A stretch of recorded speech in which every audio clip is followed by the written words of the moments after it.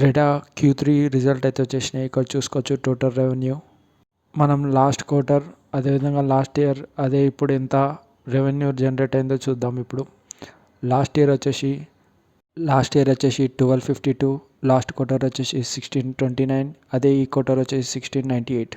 Year on year మంచి jump ఉంది, అదే quarter on quarter slight jump ఉంది. ఇయర్ ఆన్ ఇయర్ వచ్చి 30% జంప్ ఉంది, అదే క్వార్టర్ ఆన్ క్వార్టర్ వచ్చి 6% అయితే జంప్ ఉంది. ఇదైతే టోటల్ రెవెన్యూ అని చెప్పుకోవచ్చు. ఇప్పుడు మనం ఖర్చులు ఎన్ని ఉన్నాయో చూద్దాం.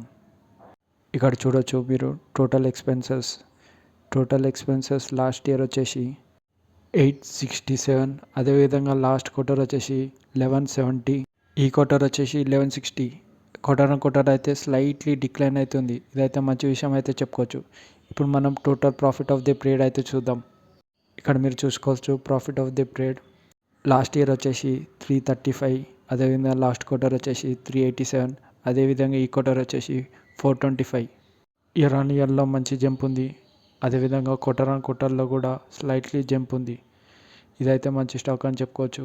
ఇలాంటి స్టాక్ గురించి తెలుసుకోవాలన్నా, Q3 రిజల్ట్స్ తెలుసుకోవాలన్నా నా ఛానల్ని సబ్స్క్రైబ్ చేసుకొని చూడండి.